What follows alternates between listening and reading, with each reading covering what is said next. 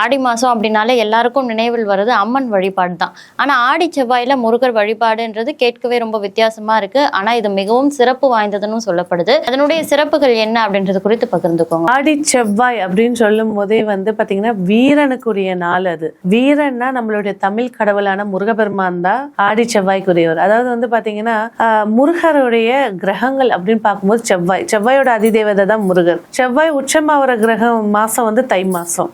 அதாவது மகரத்துல உச்சம், கடகத்துல நீச்சம். அந்த கடகத்துல நீச்சமாகும் போது சந்திரன் பயணிக்கும் போது நீச்ச பங்க ராஜயோகத்தை ஏற்படுத்தி கொடுக்கும். அதனாலதான் பாத்தீங்கன்னா ஆடி மாசத்துல செவ்வாய்க்கிழமை அவ்வளவு வீரியம் மிக்க, நீங்க எந்த காலத்துல கிருத்திகையா இருக்கட்டும், சஷ்டியா இருக்கட்டும், தைப்பூசமா இருக்கட்டும், எங்க போனாலும் ஆடி மாச செவ்வாய்க்கிழமை விதைக்கிற விதை கண்டிப்பா தை மாசம் அறுவடையாகி மிகப்பெரிய ஒரு விளைச்சலை கொடுக்கும். அவ்வளவு வீரியமான மாதம் தான் கடக மாதம். இந்த ஆடி மாசத்துல முருகரை வழிபாடு, அதாவது